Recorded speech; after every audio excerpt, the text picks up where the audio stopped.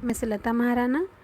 आप सबका स्वागत है मेरे YouTube channel SM education the educational platform पर। आज हम MST 9 के 5वां अध्याय कहानी के सिद्धांत और स्वरूप की जो कहानी में वस्तु और शिल्प है उसके कुछ महत्वपूर्ण प्रश्न के उत्तर विचार करेंगे। तो चलते हैं प्रश्न की ओर। पहला प्रश्न है, कहानी में विद्यमान वस्तु के अर्थ और चरित्र पर प्रकाश डालिए। कहानी में विद्यमान वस्तु के अर्थ और चरित्र पर प्रकाश डालिए। उत्तर, बदलते समय के साथ साथ समाज के नए विषय और अंतविरोध का मिश्रित स्वरूप ही कहानीकार की दृष्टि में कला अथवा साहित्य में वस्तु है और वस्तु की एक प्रमुख विशेषता इसका अपना चरित्र होना है। बदलते समय के साथ साथ समाज के नए विषय और अंतविरोध का मिश्रित रूप ही कहानीकार की दृष्टि में कला अथवा साहित्य में वस्तु है और वस्तु को एक प्रमुख विशेषता इसका अपना चरित्र है। कहानीकार इस वस्तु को एक निर्धारित सीमा से आगे नियंत्रित नहीं कर सकता और इसके साथ ही अनेक स्थानों पर तो वस्तु के मूल चरित्र द्वारा ही स्वयं भी परिचालित होने लगता है। इसी तरह कहानीकार द्वारा लिखी जा रही कोई अन्य कहानी भी सामान्यतः उसकी वस्तु द्वारा परिचालित होती है।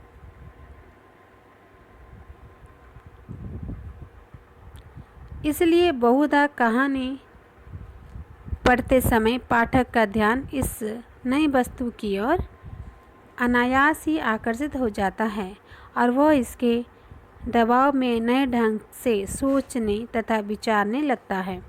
अतः वस्तु से अभिप्राय मुख्य रूप से समाज के केंद्रीय प्रशासनों के साथ ही उसके सरोकारों और पक्षों की समस्त उपस्थिति और उनकी सभी प्रमुख अनुशासनकारी प्रवृत्तियों से है।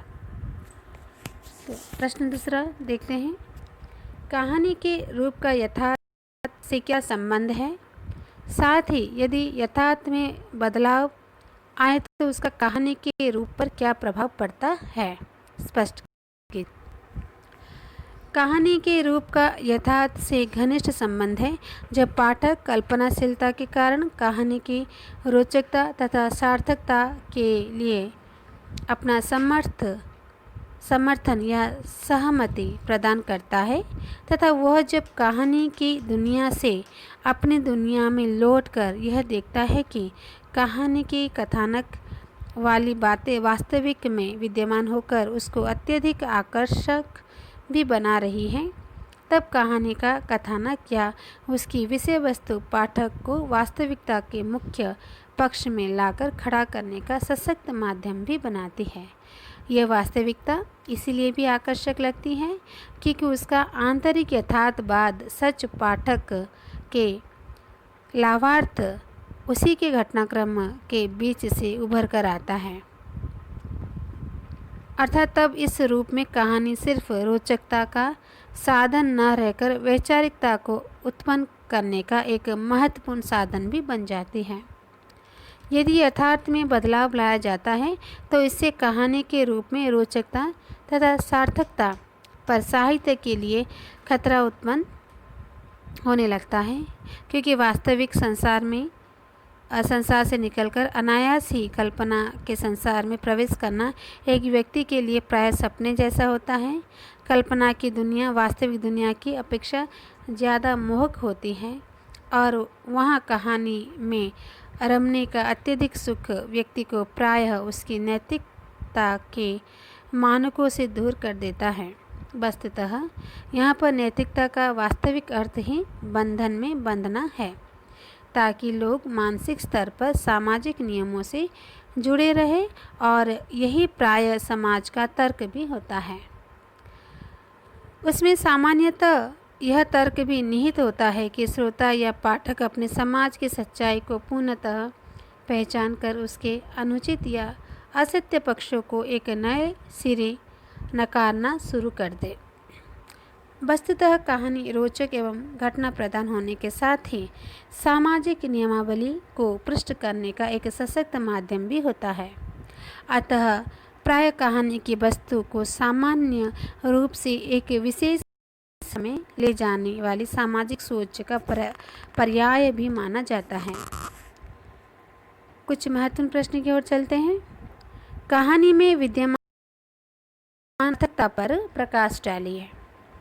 उत्तर, कहानी में घटना वर्णन को प्रस्तुत करने की प्रक्रिया में रोचकता का तत्व प्रधान होता है और यह रोचकता पाठक श्रोता द्वारा घटना प्रवेश करने से संबंध है, जहां कल्पना के सहारे पाठक श्रोता यह महसूस करता है कि घटना असल में उसके साथ घटित हो रही है और अब वह उस घटित होने वाली घटना का एक महत्वपूर्ण पात्र है।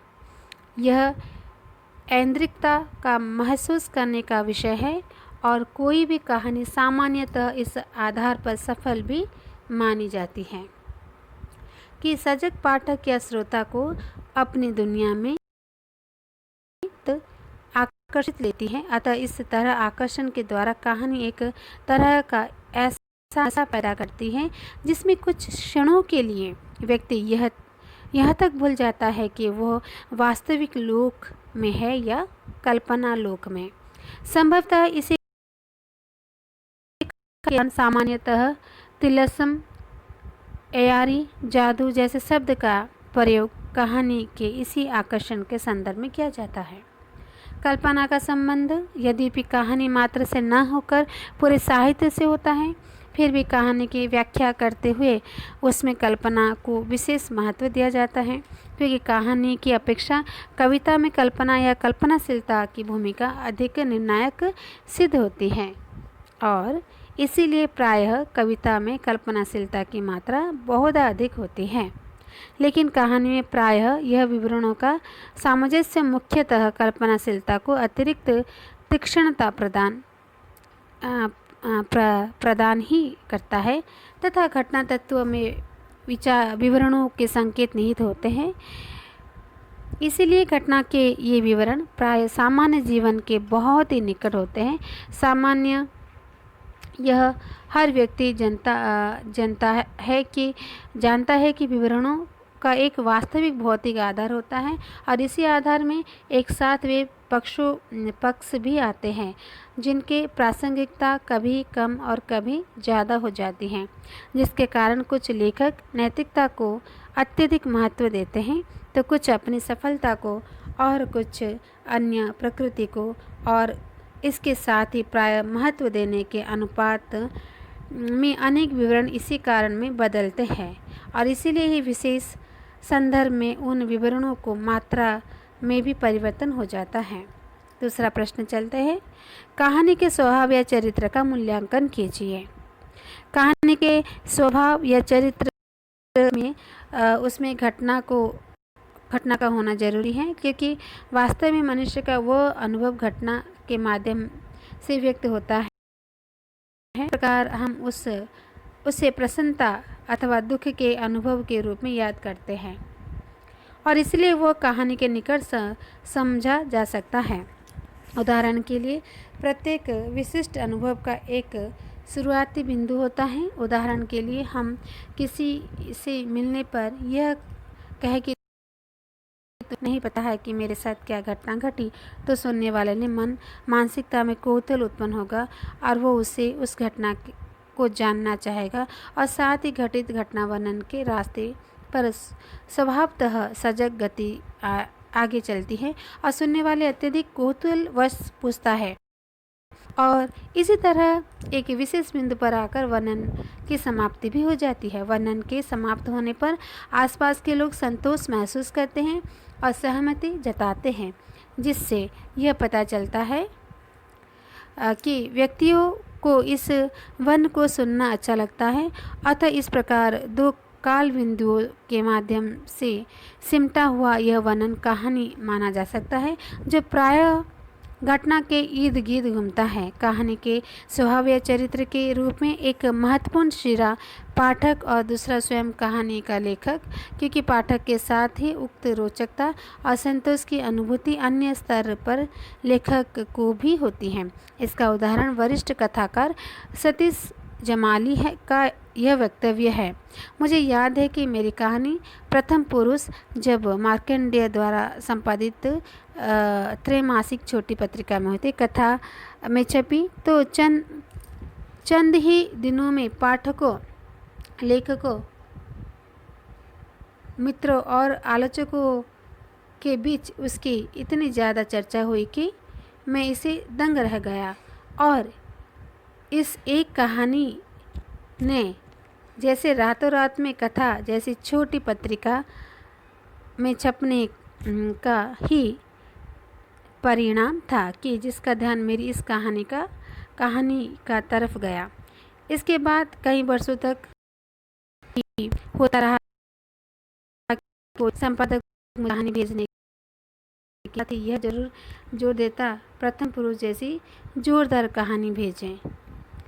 चंद्रभूषण तिवारी ने बाम में जब मेरी कहानी बच्चे प्रकाशित की तो उन्होंने कहा कि बच्चे भी आपकी बहुत अच्छी कहानी है, परंतु मैं फिर भी बाम के लिए आपसे प्रथम पुरुष जैसी महत्वपूर्ण कहानी चाहता हूँ। इस उदाहरण से स्पष्ट है कि कहानी में विद्यमान रोचकता का प्रभाव यदि कहानी पाठक के लिए प्रसन्नता और संतोष का विषय है तो वो लेखक के लिए भी उसकी सार्थकता और प्रेरणा का विषय भी होता है। तो इस तरह से यहाँ पर हमारा जो 5वां विषय था ये समाप्त हो रहा है। इसके महत्वपूर्ण प्रश्नों को आप पढ़िए, बार बार सुनिए और अपने परीक्षा में प्रयोग में लाइए। आप मेरे चैनल को सब्सक्राइब कीजिए, बेल आइकन को प्रेस कीजिए और वीडियो को लाइक और शेयर कीजिए। आपके सुझाव कमेंट बॉक्स में दीजिए। और जैसे भी इस महीने 200 का टारगेट है, सब्सक्राइबर टारगेट 200 का है, आपसे ही ये संभव हो पाएगा। तो आप इसे सब्सक्राइब कीजिए, शेयर कीजिए अपने दोस्तों के साथ, जैसे बहुत सारे सब्सक्राइब मिल सके। कि यही इच्छा करते हो आपको अच्छे से अच्छी वीडियो ला के दूँ जिससे आप MSD में अच्छे अंक प्राप्त करो, पढ़ाई में आपको सुविधा हो। तो धन्यवाद, नमस्ते।